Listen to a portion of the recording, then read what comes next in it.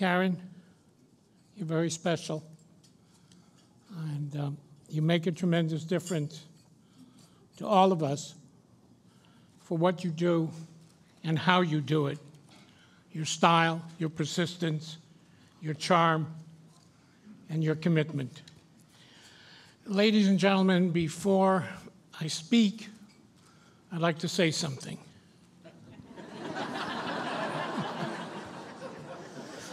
You're still awake and you're still listening.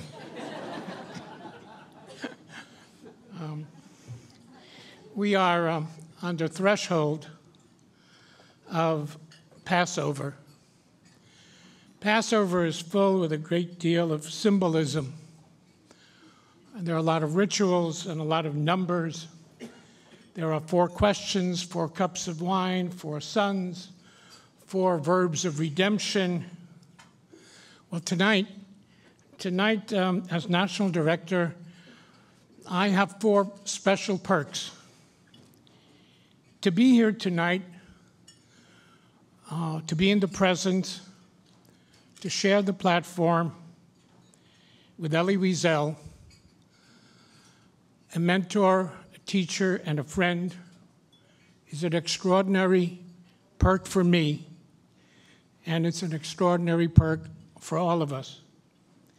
And then to be here when the Winkleman family is being recognized and honored for their commitment, their dedication to making this world a better place. For us to thank Whole Foods Market for their special role in teaching respect, tolerance, sensitivity to difference in the workplace.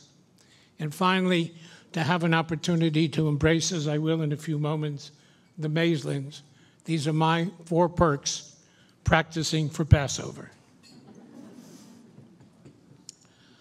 For close to a century, ADL has worked tirelessly through education, legislation, litigation, communications, and persuasion to build what Martin Luther King Jr. called the beloved community, that harmonious, diverse, mutually respectful, and understanding society where people live and let live, and that attitude exists between peoples and between nations.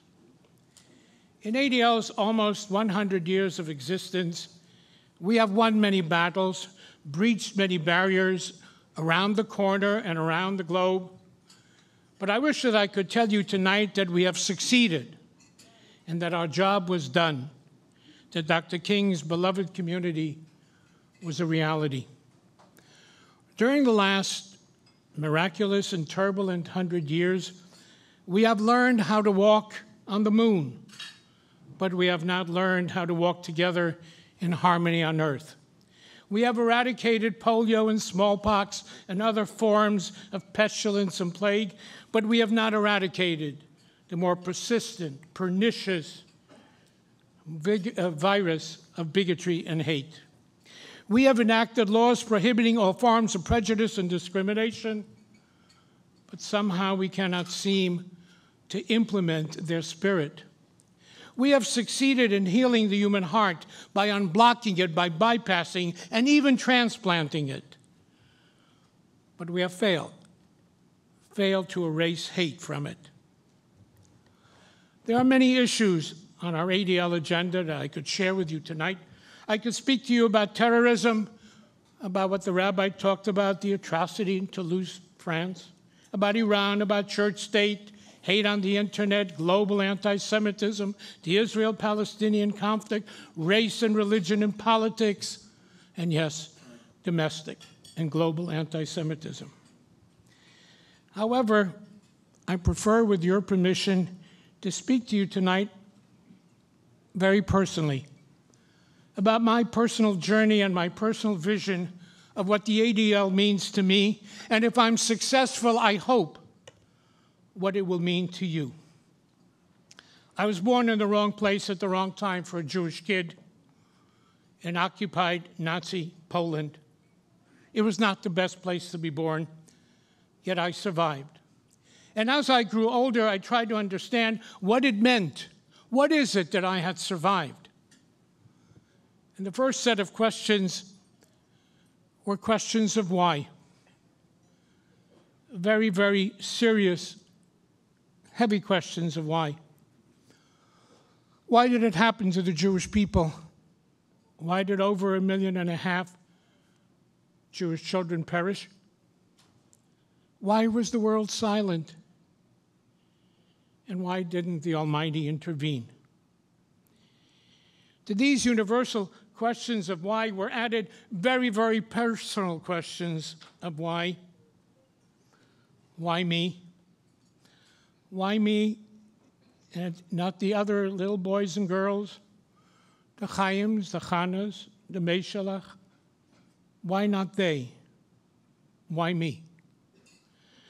Questions that Nobel laureate, my friend and mentor, Eli, has asked so much more eloquently in his many, many extraordinary books and the lessons that he continuously gives and the questions that he asks. My parents who survived struggled every day and every night with the why. Why did they survive and not their brothers and sisters, their nieces and nephews, their aunts and uncles? And there are no answers to these questions. And as I grew older, I realized that there are no answers and only questions. But two facts in that struggle to understand became very, very clear to me. One is that the world knew. No, there was no CNN, no Fox, no instant news, no internet, but the world knew. Those in positions of power to make decisions to stop what was happening knew. They knew every day how many Jews were killed and how, whether it's in Lodz or Baranovich or Minsk or Bialystok. They knew. They knew, and they didn't do very much about it. So the first lesson for me and for us is to know. To know about the bigotry, to know about the hatred, to know those who threaten us, our democracy, our freedoms, our values. It's very, very important to know. It's important that we know. But knowing is not enough. The second thing that in my quest to find the answers became clear to me is that wherever, whenever, however good people said no, whenever good people stood up and said no to hate, whenever they decided not to be bystanders, Jews lived, gypsies lived, trade unionists lived, Christian ministers lived, gays lived. There was Oskar Schindler, who saved 1,200 Jews. There was Raoul Wallenberg, a Swedish diplomat, who saved 50,000, some say even 100,000 Jews. There was Albania. There was Bulgaria. And how ironic. It was the Balkans that wrote a magnificent chapter of humanity, not in the capitals that provided us with philosophy, music, opera, art, but the Balkans. Bulgaria saved all its Jews. Because from the king to the patriarch, to the peasants, to the parliamentarians, they all said, no, you cannot touch our Jews. And Albania saved all its Jews. I stand here tonight because there was a lady who could barely read and write, who didn't sit down to weigh and measure the risks, because maybe if she did, someone else would be standing here tonight. And yet she risked her life every single day for 4 years to protect the life of another human being. And so I stopped asking the question of why and began to ask the questions of what if. What if? What if instead of one Raoul Wallenberg, there had been 100,000 Wallenbergs? What if instead of one Oskar Schindler, there were 10,000 Oskar Schindlers? What if this wonderful country of ours would have opened up to permit the ship to St. Louis to land with its cargo of refugees on our shores? What if we had bombed Auschwitz? What if our neighbor to the north, Canada, found room for 5,000 Jewish orphans? What if? What if we had traded trucks for Jews? What if Switzerland would have permitted Jewish orphans to cross that frontier? Would that have destroyed their neutrality? What if? The questions of what if are as haunting as the questions of why.